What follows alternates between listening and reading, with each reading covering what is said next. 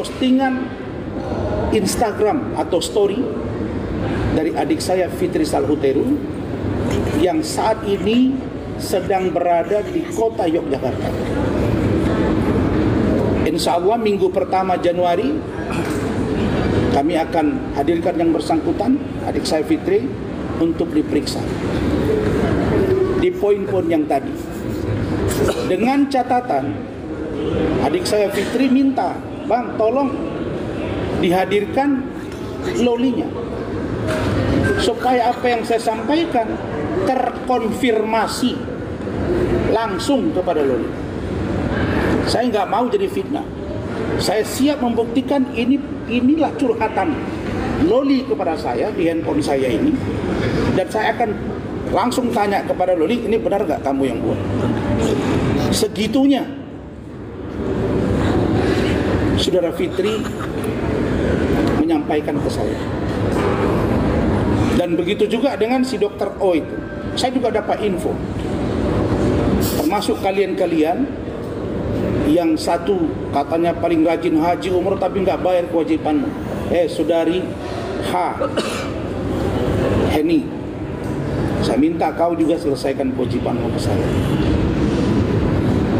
Jadi poin pentingnya, Saudari Fitri Salhuteru kami sambut baik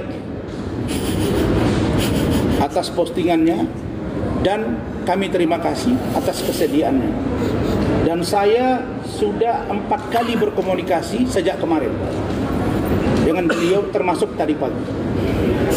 Beliau lagi ada acara dan kami akan berkomunikasi lebih intens lagi tentang bahan-bahan yang disampaikan. Baru kemudian dia bilang, Bang, yang 5 miliar jangan lupa. Yang 5 miliar. Hari ini 30, besok 31. Udah mau tahun baru nih. Tanggal 1 selesai. Besok malam jam 24.00 udah selesai. Jadi saya katakan, kalau NM tidak memenuhi yang 5 miliar, artinya Anda dapat diduga sebagai orang yang melakukan kebohongan publik. Dan apalagi yang disampaikan oleh saudari adik saya Fitri Salhuteru bahwa NM itu nggak ada apa-apanya, hanya besar ngomong. Dan itu dia sampaikan di postingannya. Dan saya memang sedang men-tracking siapa-siapa orang yang backup kawan itu. Kalau memang Dr. Oki masih tetap ikut-ikutan dan tidak komitmen, misalnya dengan apa yang Anda sampaikan ke saya, maka tunggu bagian. Jadi yang 5 miliar kalau diserahkan, saya dipesan oleh keluarga dan istri saya bahwa uang itu akan kita bagikan ke orang yang berkepentingan, termasuk media. Itu poin 1. Poin yang kedua tentang Saudara Alvin Lim. Jangan dimatiin dong. Alvin Lim ini klien saya. Saya minta tolong kepada banyak pihak untuk tidak terlalu merespon yang disampaikan oleh klien kami Pak Alvin Lim, karena beliau itu posisinya sedang kurang sehat dan harap dimaklumi. Adapun tentang Kate Victoria Lim, dan kemarin malam kami kontak dengan Pak Alvin Lim, kami akan juga mengadakan pertemuan untuk kami datang ke Bareskrim.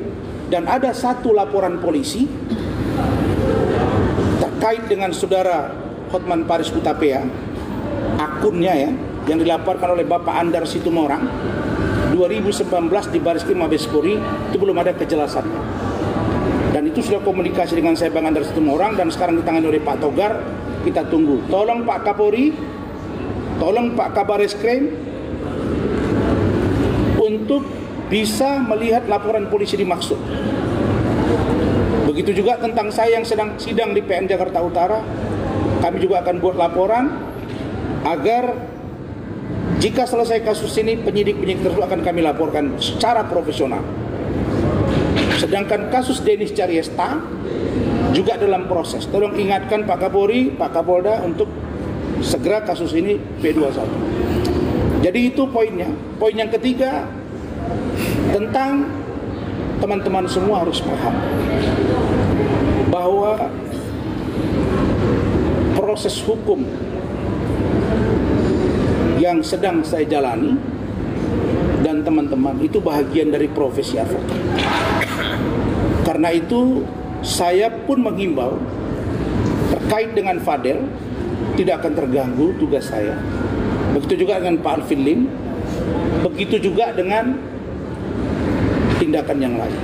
Saya sekali lagi menyampaikan kaitannya dengan Ben Raja. Ben Raja buat statement, Ian Kasela buat statement, dan teman-teman saat disampaikan oleh klien ke kami, mereka komplit. Kalau itu tidak diproses lebih lanjut sesuai dengan perjanjian, saya takut nanti ini malah muncul masalah baru. Saya kira itu penjelasan dari saya. Silakan jika ada pertanyaan. Bang, terkait Alvin Lim, Bang, terkait somasi yang dilakukan keluarga pramugari terhadap Bang Alvin Lim, gimana Bang tanggapannya sendiri? Saya sudah berikan jawaban kemarin. Saya pikir apa yang disampaikan oleh Pak Alvin Lim secara norma hukum tentu beliau sudah pikirkan.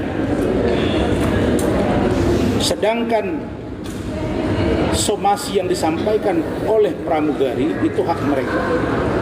Hanya saja mungkin dipertanyakan, kok pramugarinya mewakili pramugari Indonesia, orangnya cuma segitu. Tapi itu hak personality dari pemberi somasi. Saya tidak bisa bicara terlalu jauh di kasus ini, dan saya hanya minta tolong agar fokus ke kasus Agus dan Novi. Kasihan Agus tidak berobat-berobat, kasihan juga ke Novi yang sekarang kehidupan pribadinya jadi diubek-ubek. Saya pikir tidak ada yang paling mulia di kasus ini kecuali mempersatukan mereka dan jangan membuat masalah ini menjadi lebar sehingga ini menjadi tontonan publik yang tidak sehat. Sekarang sudah timpa menimpa, kalau saya tidak salah sudah 4 laporan polisi kiri dan kanan. Kapan selesainya? Saya berharap ini bisa segera dituntaskan di internal pengacara dan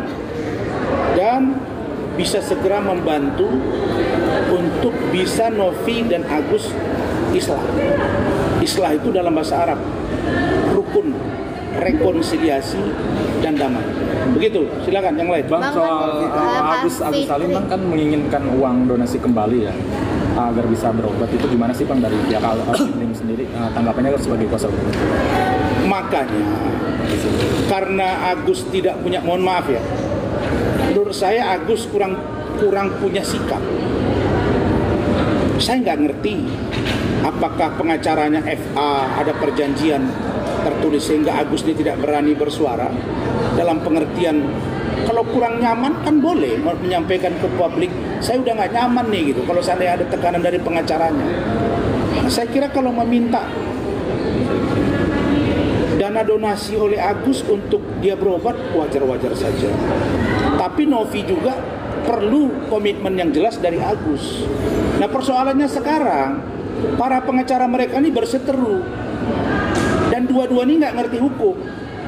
Agus tidak mengerti hukum, Novi tidak mengerti hukum, sehingga sulit keluar. Maka saya katakan sebaiknya Agus, you bicara ke Novi, udah gua kasih obat, tapi nggak usah teriak-teriak lalu kemudian besok nggak suntas-suntas. Saya mengharapkan mereka segera berdamai dan bisa diobati. Dan nggak bagus juga kita sebagai lawyer ya dalam keadaan orang sakit kita berseteru. Menurut saya kurang sehat ini ya.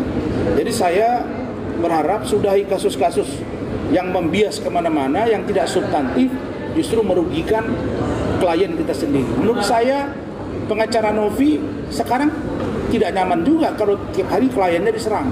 Begitu juga dengan Agus, tidak nyaman juga kalau Agusnya juga tidak berobat-berobat.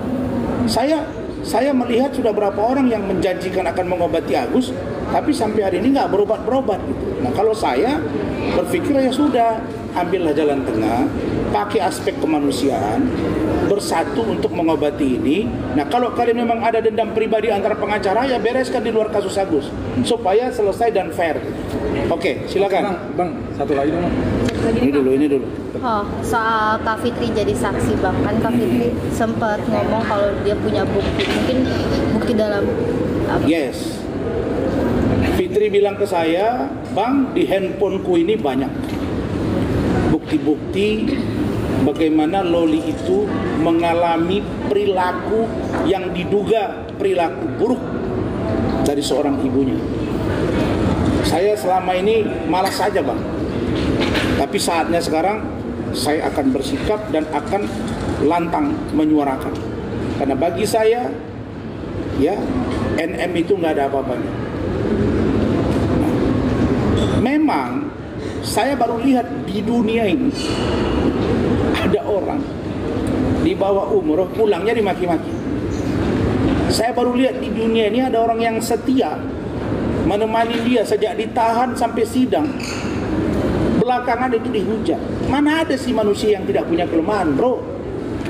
Kalau kita sudah dekat, udah kayak suami istri, ya kita bangun tidur wajah kita ketahuan, kita mau tidur apa yang kita lakukan ketahuan, keseharian apa itu mau dibuka-buka, ya masing-masing orang punya privacy yang Anda harus tutup. Jadi menurut saya, ya memang sudah saatnya orang-orang seperti perilaku NM ini harus dihentikan. Mana ada orang tiap saat bicara musuhi orang. Saya nggak lihat nambah teman dia, yang ada berkurang. Serang sana, serang sini, kaget-kaget. Tiba-tiba Isdahlia diserang, tiba-tiba Sheila Shaukia diserang. Ini kita kayaknya nggak percaya, tapi terjadi.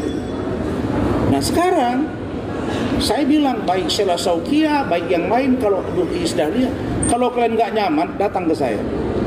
Tugas kita satu sekarang, ya, memberangus perilaku buruk seorang anak manusia yang suka menghina orang lain dan dia merasa paling suka.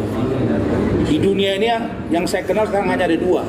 Satu inisialnya pengacara HP, yang kedua seorang perempuan yang katanya artis yaitu NN. Dua-dua ini bisa dikasih pelajaran. Begitu. Bang Satri, ini kan kan sudah sempat ngobrol 4 bulan ini. Apakah ada omongan ke arah kayak menjadi lawyernya Fitri kah apa gimana, Bang? Kalau itu sudah lama kami berteman dan teman dia lawyer juga ada. Nah, kami sudah pernah komunikasi. Nah, tentang lawyer dan lain sebagainya nanti kami bicarakan. Tapi yang pasti untuk kasus Fadel, adik saya Fitri sudah menyatakan kesediaannya dengan catatan dia minta agar LM dihadirkan agar apa yang dia sampaikan itu tidak jatuhnya fitnah, agar terkonfirmasi kata-kata dia itu bukan fitnah, bukan tuduhan, sehingga terkonfirmasi. Nah bagaimana mekanismenya? Karena Loli sedang berada di safe house, kami akan coba atur nanti dengan penyidik. Tapi yang saya minta penyidik, Pak Kapolres, Pak Kasareskrim, Ibu Kanit dan penyidik, jangan buru-buru. Kalian sudah sekali menaikkan sidik, itu menurut saya buru-buru. Apalagi TSK, saya pastikan kami akan melakukan pra-peradilan kalau ditersangkakan sebelum diperiksa yang kami minta dan sebelum gelar perkara khusus. Dan penyidik itu akan kami laporkan bukan saja ke Polda, tapi juga ke Mabes Polri. Saya tidak mendapat keuntungan apa-apa dari kasus Fadel ini, materi juga tidak, tapi ini adalah demi rule of law dan Polri yang presisi. Gitu. Bang, sama satu lagi kan Kak Fitri. Relevansinya Kak Fitri juga beberkan bukti chat kalau Loli mau mohon maaf dibunuh sama ibunya, itu benar? Itu dia sudah sampaikan ke saya, setiap yang dia tuangkan benar. Kalau dia sudah up ke media berarti benar. Dan itu nanti akan kita uji. Maka saya katakan semakin kuat kami untuk melaporkan dia ke Komnas HAM, ke kepolisian. Ada ancaman pembunuhan. Apakah anak di bawah umur terus dibawa di safe house? Anda bilang seolah-olah Anda orang paling benar menjadi seorang ibu atas nama ibu anak di bawah umur 18 tahun, tahun depan sekarang udah 17. Itu bukan anak-anak lagi. Karena perubahan undang-undang saja. Dulu 17 itu udah dewasa kan? Nah, mungkin itu gitu. Kalau dalam ajaran agama Islam, kalau perempuan sudah haid, dia sudah bisa berumah tangga, 13 tahun sudah menstruasi dia. Jadi nggak ada masalah sebenarnya. Ini hanya masalah etika hukum yang ada di Indonesia. Kalau secara agama, anak itu udah boleh mengambil hidup sendiri gitu. Tapi yang pasti kenapa LM begitu? Diduga di UK punya pacar 3. Di sini sebelum berangkat ke Indonesia tambah Fadel, berarti ada 5. Dalam dugaan kita laki-laki yang hidup dalam diri dia. Kenapa anak ini begini? Tentu diduga karena ada sesuatu contoh buruk yang diduga dilakukan oleh ibunya, sehingga dia melakukan itu. Bagaimana dia di dalam rumah itu, Dek? Itu sudah ada cerita dari Fitri ke saya. Nanti di penyidik akan kita ungkap. Agar penyidik yakin bahwa anak ini begini karena apa? Kan orang selalu bilang, buah tidak jatuh tidak jauh dari pohonnya. Ya, tafsirkan saja itu. Oke, silakan. Oke, jadi relevansinya efek ini apa, Bang? Sudah saya bilang tadi, kita harus melihat rangkaian peristiwa. Kenapa Loli begini? Kenapa Loli di UK dibiarkan begitu? Kenapa Loli pacaran di luar sana? Kenapa dia endorse diduga judi? Apa? Tentu awalnya kan dia diberangkatkan ke UK itu kata ibunya kan untuk sekolah. Tapi tiba-tiba kata ibunya, Loli ini tidak nurut. Nah pertanyaannya, Loli punya argumen, Ibu Eda punya argumen, Eda punya argumen. Oke? Itu membuat kami, pantasan. Kalau begitu, apakah kita dapat percaya bahwa seorang ibu dari LM itu begitu terhadap anaknya? Apakah mungkin? Kan itu pertanyaannya. Nah, setelah mendengar cerita Fitri ke saya dan mendapat informasi, ya saya tambah yakin. Artinya ada rangkaian peristiwa dari perbuatan ibunya kepada anaknya membuat anaknya begitu. Justru kami melihat sosok Fadel dan keluarga justru menyelamatkan Loli. Kok malah Lolinya diserang dan Fadelnya? Ini menurut saya jadi nggak bisa. Karena itu tindakan aborsi, tindakan pelecehan seksual jangan coba-coba paksakan. Karena itu harus ada bukti yang nyata. Gitu. Apa yang diceritakan oleh Fitri, Bang? Gitu, Bang? Hah? Apa yang Memang diceritakan ada Fitri? terbukti. Terbukti apa? Ada bukti-bukti yang Saya sudah bilang, untuk kami percaya dengan bukti itu lakukan gelar perkara khusus biar kita adu data. Kan sudah saya bilang, pengacara dia, sayang sekarang nggak tahu saya, Fahmi kemana ya? Nggak pernah nongol lagi, udah hampir 2 minggu. Biasanya di Polres. Dulu Fahmi bilang bahwa korban adalah Loli. Benar tidak? Nah kalau Loli korban, pelakunya siapa?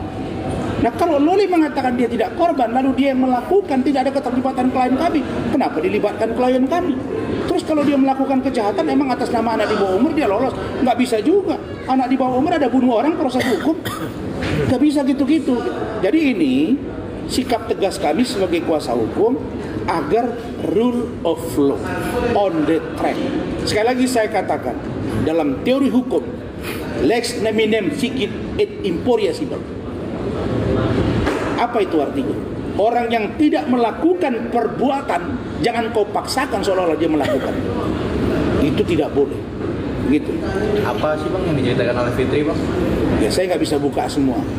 Tapi yang pasti apa yang dia buat di Instagram itu dia sudah ceritakan ke saya dan masih ada yang serius nanti di pemeriksaan. Biar Fitri yang akan bercerita seluruhnya tentang sosok seorang NM.